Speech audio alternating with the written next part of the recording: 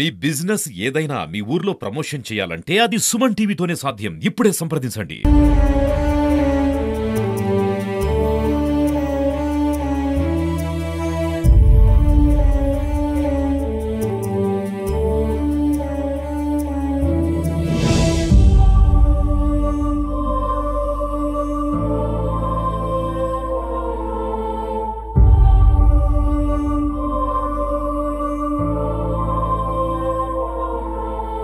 Welcome to Suman TV. నేను మీ విజయ్. ఈ రోజు అయితే మనం ఒక వృద్ధాప్యంలో ఉన్న అవ్వ దగ్గర అయితే ఉన్నాము. అసలు వీళ్ళ సమస్య ఏంటో తెలుసుకుందాం. ముఖ్యంగా చూసుకున్నట్లయితే కుమారుడు మనవాళ్లకు బాగా పరిష్కారంలో ఆస్తి పంచినప్పటికీ తమ జీవనాధారం కోసం మిగిల్చుకున్న భూమిని కూడా కొడవలు చూపించి మరీ బెదిరించారని మన వృద్ధురాలు అయితే చెప్తున్నారు. సో ఈ కారణంగానే వీళ్ళు సబ్ కలెక్టర్ ఆఫీస్ దగ్గరికి అయితే వచ్చి తన వినతి పత్రాన్ని అయితే సమర్పించుకున్నారు. ముఖ్యంగా ఈ వృద్ధురాలు చెప్పుకొస్తుంది ఏంటంటే, మా మనవాళ్ళ నుంచి అయితే మాకు ప్రాణ రక్షణ కల్పించిందంటూ నిజంగా ఏడుస్తూ అయితే మాకైతే చెప్పింది. సో అయితే ప్రస్తుతానికైతే మనము ఆమె దగ్గర ఉన్నాము. అసలు సమస్య ఏంటనేది ఆమెను అడిగి తెలుసుకునే ప్రయత్నం అయితే చేద్దాం. అమ్మా నమస్తే అమ్మా. ఎక్కడి నుంచి వస్తున్నారు మీరు? మేము గ్యారంపల్లి ఇంటి వచ్చినాము. మీ పేరేం పేరమ్మా? నా పేరు ఎల్లమ్మ. ఎల్లమ్మ. ఏమి దిగులుగా కూర్చోన్నారు ఇక్కడ?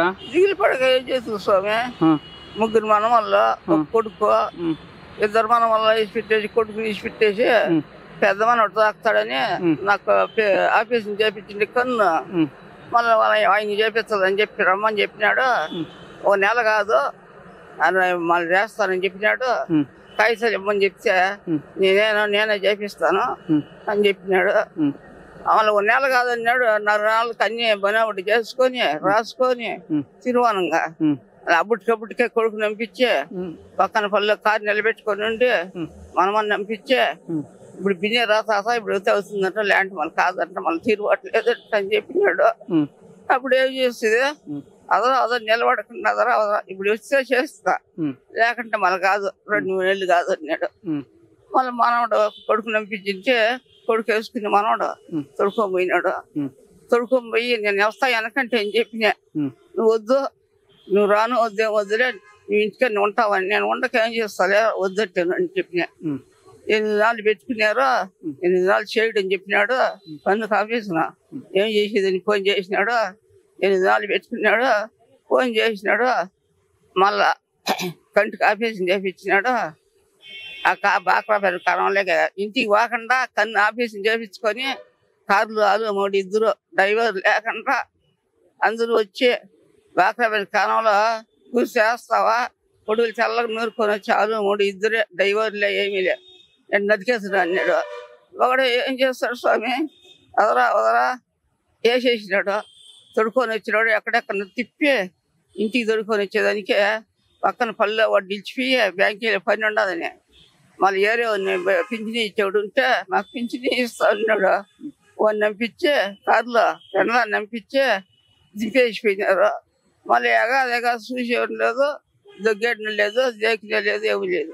ఈ మనం వాళ్ళు ఏం చేశారంటే, వానికి ఇచ్చేసినావు, వాని దగ్గరని పెట్టించుకోపో చూపించుకోపో అంతా రాయిచ్చేసినావని.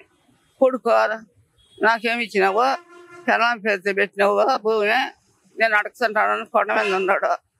ఏం చేయాలా అవటాలంటే ఎవరైనా ఫోన్ చేసేవాళ్ళు లేడు, పళ్ళు అయినోళ్ళు లేదు, పోయినోళ్ళు లేదు, కూరేసేవాళ్ళు లేదు, నీళ్ళు పెట్టేవాళ్ళు లే, జాగ్రత్త చేసుకునేది తినేది. చచ్చిపోతే భవిష్యమే, ముగ్గురు మనవాళ్ళు దాక్సిమే, వాళ్ళ అమ్మతో చిన్న పెట్టినప్పుడు చచ్చిపోయినాయి. చదువు చెప్పిస్తే కూలి చేసి చదువు చెప్పిస్తే, నేను కూలి చేసి చదువు చెప్పించి పండ్లు తెప్పించి పెన్నీళ్ళు చేసి అప్పులు చేసి పెన్నీళ్ళు చేసి బిడ్డలు పెళ్లి కొడుకులు పెళ్లి కూర్చుని అయినారు స్వామి. ఏం చేసేది, ఇంకా ఎవరే ఇరుగు కానీ పొరుగు కానీ అయిన వాళ్ళు లేరు, ఎవరు లేరు మాకు. కాదమ్మా, ఇప్పుడు మీ వయసు ఎంత? నా వయసు 70కి పైన అయ్యింది. మీకు 70 పైన ఉంటుంది కదా. మీకు ఎన్ని సంవత్సరాలు అయింది పెళ్ళి? ఇప్పటికి పెళ్ళి మీకు ఎన్ని సంవత్సరాలు అయింది? ఎన్ని సంవత్సరాలు పైన పెళ్లి చేశారు. ఎంతమంది బిడ్డలు మీకు? నా కొడుకు ఒక్క కొడుకేనా? ఒకడే కొడుకు. ఒక కొడుకు ఎంతమంది కొడుకులు? కొడుకు 3 కొడుకులు. ఆ 3 కొడుకులు నీ దగ్గర ఉన్నారా, లేకపోతే వాళ్ళ కొడుకు దగ్గర ఉన్నా, వాళ్ళ నాయన దగ్గర ఉన్నారా? నాయనే ఉండే మా దగ్గరే గుండు ఆపరేషన్ చేపి పట్టుపత్తలు ఉచిత చేస్తున్నారు. వద్దని చెప్తే చేపించుకుంటే చిన్నమానానికి 3 ఏళ్ళలో ఉండే కలికిర్లో చెప్పించుకొని చదువు 3 నెలలు వెళ్ళిపోతారు అని చెప్పి పెళ్లి చేసుకుని మళ్ళా ఆ అమ్మ ఇంటికాడ ఉండిపోయి నేను బిడ్డల దగ్గర ఉండిపోతే ఇప్పుడు ఆ కొడుకు సంబంధించిన కొడుకులు నీ దగ్గర ఉన్నారా ముగ్గురిని సాకుకుంటానే ముందు బళ్ళో చెప్పించుకుంటానే మళ్ళా 3 నెలలు వెళ్ళిపోతారు మళ్ళా పెళ్లి చేసి కాదా ముగ్గురు నువ్వే సాగుతా ఉన్నావు పెళ్లి కూడా నువ్వే చేసినావా పెళ్లి 3 నెలలు వెళ్ళిపోతారు చేసుకోకంటే మళ్ళీ చేసుకోకూడదు అన్నారని చెప్పి 3 నెలలు వెళ్ళిపోతారు చేసుకున్నారు చిన్నానికి 3 ఏళ్ళు అనేది అంతే అప్పుడు మీరు ఏం పని చేస్తా ఉన్నారు సేద్యమా ఎన్ని ఎకరాలు ఉంది మీకు 11 ఎకరాలు 11 ఎకరాలు సో వీళ్ళు చదువుకుంటా ఉన్నారా లేకపోతే మీతో పాటు కూడా సేద్యంతో పని చేస్తున్నారా అంటే చదువు వాళ్ళ అమ్మ చదువు చెప్పిస్తాలని చెప్పి నన్ను కలికిరిలో పెట్టేసి ఎనిమిది బాడికి తీసుకొని చదువు చెప్పించుకుంటా ఉన్నాం. ఎవరు మీ కోడలా మీరా? నేనే కోడాలి ఇంటికాడ ఆయన గుడి దొబ్బు వచ్చి పాను అని చెప్పి 100 లెక్కలు జరిగింది పాను అని చెప్పి పుట్టపత్రిలో ఉచిత చేస్తానని చెప్పకుండా ఆపరేషన్ చేపించుకుంది. ఆమె చనిపోయా. మీ కోడలు చనిపోయిన తర్వాత వయసులో చనిపోయింది ఆమె. ఎంతో ముగ్గురు బిడ్డలు పుట్టినట్టు పెళ్లి నాకు న్యాసపోయాని పెళ్లి అయింది. ఒక 30-40 సంవత్సరాలు చనిపోయింటదా అంతే. మళ్ళా 3 నెలలు పక్షులకి పెళ్లి చేసుకోమని చెప్పినారు. వాళ్ళు చేయకూడదని చెప్పినారని పెళ్లి చేసుకున్నాడు. నేను బిడ్డల దగ్గర నడిపినా చిన్న బిడ్డలు పెద్ద బిడ్డలు అయిందాక పెళ్లి అయిందాక చదువులు చెప్పించినాము. ఎంతవరకు చదివినారు పిల్లలు? మన వాళ్ళు అప్పుడా ఆమె పెళ్లి చేసుకున్నాడా? అంటే నువ్వు సాగినావు కదా, ఎంతవరకు చదివిపించినావు నువ్వు? చదువు అంతా చదివించినావు మొత్తం పెద్ద చదువులు చేను 3 ఎకరాలు అమ్మేసి చేపించే. మీకు సంబంధించిన 3 ఎకరాలు అమ్మేసి చదివించినారు. ఇప్పుడు ఆ 11 ఎకరాలు ఉన్నాయని చెప్పావు కదా? 11 ఎకరాలు ఉండదు. అది మీ పేరుతోనే ఉందా? అంత ఆయన పేరుతో. మీ కొడుకు పేరుతోనా మీ ఆయన పేరుతోనా? మీ ఆయన పేరుతో ఉంది. కొడుకు పేరుతో ఏం పెట్టినలా, కోడలకు పెళ్లి చేస్తాడని చెప్పి 2 ఎకరాలు పెట్టినాడు. తక్కింది 3 ముగ్గురు మన వాళ్ళకు రాయిచ్చేసి ఇదివరకు బాగా అయిపోయి పాస పుస్తకాలు కూడా తెచ్చుకున్నారు. అందరికి పెళ్లి కూతురు పెళ్లి కొడుకులు అయినారు. 2 బెంగళూరులో ఉన్నారు, ఒకడు తిరుపతిలో ఉన్నాడు పెద్దోడు. వాళ్ళు ఉద్యోగం చేసుకుంటారా ఏమైనా పని చేసుకుంటారా? వాడు కోటలతో సంపాదించాడు. పెద్ద పొగులు పెట్టి తిన్నాడు. వాడు నడుపుడు పిల్లలకు బడి తోలుకుంటున్నాడు. గుడ్ ఆపరేషన్ చేపిస్తుంది బాగాలేక వాడు చేయలేడని ఒక కూతురు బడికి పిల్లలు తోలుకుంటూ బడి బతుకుంటున్నాడు. ముగ్గురు మన వాళ్ళకి పెళ్లి అయిపోయిందా? చిన్న కూతురు, చిన్న నడుపు మనకి కూతురు, పెద్ద చిన్న మనకి కూతురు కొడుకు పెళ్లి కూతురు పెళ్లి కొడుకు అయినారు. పెద్ద మనకి 2 మనవల్లో పెళ్లి కొడుకులు అయినారు. అంతా బాగా నెమ్మదిగానే ఉంటారు. అంతా సెటిల్ అయిపోయినారు, అంతా బాగా బలపడినారు. మళ్ళీ ఎందుకు నీ దగ్గరికి వచ్చి కొడవలు చూపించి బెదిరించి ఆస్తి రాసుకున్నారు? వీడు పెద్దోడు వీళ్ళిద్దరు నీచి పెట్టేసి మామూలు కొడుకొద్దు ఎవరు వద్దు అని చెప్పి ఉని దుడ్లు ఇచ్చేసి వాడు సాకుతాడని వాళ్ళ దగ్గర నాకు కంటికి ఆపరేషన్ చేపించేవాడు. నమ్మింటిమే దుడ్లు ఇచ్చేసి బస్ ఇస్తాడు సాకుతాడు. వాళ్ళ మాట లేకుండా ఇచ్చేసినామని ఇంట్లో పోకులు కూడా ఇచ్చేసి తొడుకొని పోయి సాకుతాడని చెప్పి ఇచ్చేసినాం. ఇచ్చేస్తే మళ్ళీ నాకు కన్ను ఆపరేషన్ చేపించినాడు. నేను వచ్చేసిన ఆయనకి కన్ను ఆపరేషన్ చేపించాలని అడిగితే కాగితాలు అన్నీ ఉంటే కాగితాలు ఇచ్చేది ఏంది, మళ్ళీ మీరు ఎవరు నన్ను పిలుచుకొని పోయేది ఏంది, ఎక్కలేరు దిగలేరు, మా ఫ్రెండ్ది కారు ఉండదు, నేను తొడుకొని వచ్చి చెప్పించి 1 నెల పెట్టుకొని పంపిస్తాను అని చెప్పి రమ్మని చెప్పి తొడుకోపోయినాడు. తొడుకొని పోయి 10 దినాలు పెట్టుకున్నాడు చేయడంట అని చెప్పి మళ్ళీ అన్ని పనులు కూడా చేసుకున్నాడు. 10 దినాలకు చేసినాడు. ఇంటికి దొరకపోకుండా రైల్వేకి తొడుకొని వచ్చి ఆవులు 3 వచ్చి కారులో బాక్రాపేట కనంలో నిన్ను నరికేస్తామా గుర్తు చేస్తావు అన్నాడు. అప్పుడు ఇంకేం చేస్తాడు, గుర్తు వేసేసినాడు. ఎవరు మీ ఆయన?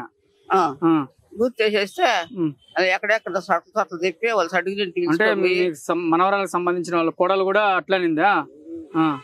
మనవని పిల్లము అట్లానింది. గుర్తేకపోతే చంపేస్తామని చెప్పారు. ఇద్దరు ఒకటే మాట. ఏమైనా ఆయుధాలు ఏమైనా తెచ్చినారా? కొడుగులు ఒకటే కనంలో అడవి ప్రాంతం లేదు, అడవి ప్రాంతంలో వచ్చేది. ఆఫీస్ చేపించి ఇంటికి దొరకపోకుండా అట్లే దొరుకుని వచ్చినారు. నన్ను ఇంటికాడ వద్దని చెప్పినారు. 1 నెల పెట్టుకొని పంపిస్తాను అన్నాడు. నేను ముందు వేసుకోలేదని చెప్పినాడు. నమ్మి అంతా వాని చేతికి ఇచ్చినాం. చేతను దుడ్డు లక్ష రూపాయలు దాకా నగదు దుడ్డు వానికి ఇచ్చినాం. సంవత్సరం వేసుకొని వచ్చి రుజువు తీసుకొని మిమ్మల్ని సాకుతామని చెప్పినారు. ఈ మనమల్లా మాట్లాడించిందా ఈ కొడుకుని మాట్లాడించింది అంతా నమ్మి వానికి ఇచ్చేసినాం. వాళ్ళు అంత పని చేసి మళ్ళీ సర్టిఫికెట్ పిలుచుకొని పోయి ఆయన బస్సు దిక్కన్నా నాకేం వద్దు అని చెప్పినాడు. కాదు దిక్కన్నానే ఇంటికి దొరుకుని వచ్చినారు. పక్కన పల్లె గాయపడి ఉంటే పింఛన్ ఇచ్చాను. వాడిని డ్రైవర్ నంపించి పెళ్ళ నంపించి వాడు బ్యాంకీలో పని ఉండదని చెప్పి ఇష్యూట్టేసి పోయినారు. కాదు ఇప్పుడు నువ్వు చెప్తున్నట్టు ముగ్గురు మనవాళ్ళు అట్లా చేసినారా? ముగ్గురు మనవాళ్ళు ఒకటే అట్లా చేసినాడా? వీడు పెద్ద మనవాడు నీకు అట్లా చేసినాడు. మిగతా ఇద్దరు మనవాళ్ళు మంచోళ్ళేనా? చిన్న మనవాడు ఈ పెద్ద నీకు రాజేస్తాడని భూమి వాడు 20 మూటలు ఒడ్లు అది తొక్కిచ్చేసినాడు. అలా అమ్మ నాయన్ని 3 మూటలు బేగాలు వేసి తరివేసి ఎలవారి బావిలో మిషన్ తోసేసినాడు. వాళ్ళ పల్లె లేకుండా సరివేసి కొట్టి సరివేసి కూతురు పెళ్లి 100 పెత్తనాలు ఇస్తే కానీ అలా వాళ్ళు కొట్టి సర్వేసరికి ఎలవారి పోయి పెళ్లి బోడిపల్లి ఉండారు. ఓడికొండ మీద ఉన్నారు. ఇప్పుడు మీరు ఇక్కడికి మదనపల్లి కలెక్టర్ ఆఫీస్ కి వచ్చారు కదా, ఎందుకు వచ్చినారు మీరు? మా భూమి మాకు కావాలా, మేము ఏ ఊరికి ఏమో మా జీవితం ఉన్నంత వరకు మళ్ళీ ఏడన్నా బాని మాకు ఎవరు పెట్టేది బయలున్న చెట్ల వల్ల ముందన్న తాగల ఇరుగులే పురుగులే ఎవరు చుట్టాలే పక్కాలే దాయాదులే దర్వాజలే ఎవరిని పట్టుకొని బతికేది పోకలేవు చేయలేవు. ఇద్దరికి ఒకటే పడుకోవాలి. కాలు పట్టుకున్నాడు మంచం దిగలేడు. నేను లేను కూర్చోలేను. మీకు చేసి పెట్టే వాళ్ళు కూడా ఎవరు లేరు? 15 ఏళ్ళు అయిపోయింది నాకు నడుము పోయి. వాళ్ళంతా కష్టపడి సాకి నువ్వు బయటకు మంచి భూమి అంతా రెయ్యి బొగులు సంపాదించేసిన రెయ్యలు ఒండ్లు కొని తోలినావు కవిలు తోలినా బాడీ బండి తోలు వచ్చే ఒండ్లు కొని తోలే బాడీ బండి తోలు వస్తే వాళ్ళు వచ్చే 2-3 బండి తోలి మీరు ఎక్కడ పెట్టారు అనేది జనాలు మంచి కడుపులో పెట్టుకొని అట్లా కష్టపడి సాకి సంపాదించినాం. బావిలో పూడు ఎత్తినాము, కోపులు ఎత్తినాము, అన్ని చేసినాము.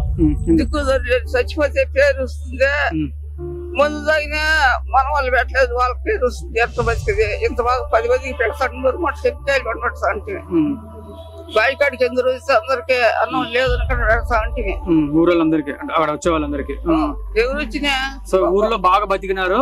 మీ మనవాళ్ళు చేసిన దెబ్బకి ఇట్లా ఇట్లా ఈ పరిస్థితి వచ్చింది. చచ్చిపోతే పేరు వస్తుంది, ముందు తాగితే పేరు వస్తుంది. దొగ్గాడు మానానికి భయానానికి రేయం పొగులు ఏడ్చుకుంటేది ఎవరికి చెప్పుకుంటేది దయాదలే దర్వాజలే ఎరుగులే పొరుగులే ఎవరికేం పట్టింది. చూసుకున్నట్లయితే ఒకప్పట్లో ఈమె చాలా బాగా బతికిన ఆమె ఈ మనవాళ్ళు ఈ దృష్టికి అయితే తెచ్చారు అనమాట. సో ఈమె భర్త గారైనటువంటి అతన్ని మన దగ్గరలో ఉన్నటువంటి తిరుపతి దగ్గర ఉన్నటువంటి బాక్రాపేట దగ్గరికి తీసుకెళ్లి కత్తితో బెదిరించి ఆస్తిని అయితే మరీ దారుణంగా అయితే రాపించుకున్నారు. ఆయన కూడా మనతో పాటు నడవలేని పరిస్థితుల్లో అయితే వచ్చాడు. ఇక్కడ ఆటోలో అయితే కూర్చున్నారు. ఆయనతో కూడా మాట్లాడించే ప్రయత్నించారు. తాత నమస్తే. తాత మీ పేరేం పేరు? రాజారెడ్డి. ఇప్పుడు మీ ఆవిడ చాలా ఏడుస్తా చెప్పింది నిన్ను ఒక కారులో తీసుకెళ్లి బాక్రాపేట దగ్గర కత్తితో బెదిరించి ఆస్తి రాయించుకున్నారంటే నిజమేనా? నిజమే, అన్ని నిజమే. కన్ను ఆపరేషన్ ఎప్పుడో చేయించుకోవాల్సింది. ఇప్పుడే తక్షణం నువ్వు వస్తేనే పని జరుగుతుంది, లేకుంటే దొరకదు అని చెప్పినని తీసుకొని పోయి బాక్రాపేట కమాను ఆపరేషన్ చేయించి తొడుకొని వచ్చి పక్కకు తోడుకొని పోయి ఆటోలో చవరాలు పెడతావా అని నడుపుతున్నా. ఎవరు బెదిరించారు అట్లా? దామోదర్ రెడ్డి. ఎంతమంది బెదిరించారు నిన్నట్లా? ఎంతమంది బెదిరించినారు నిన్నట్లా? వాళ్ళు 3 ఇద్దరే.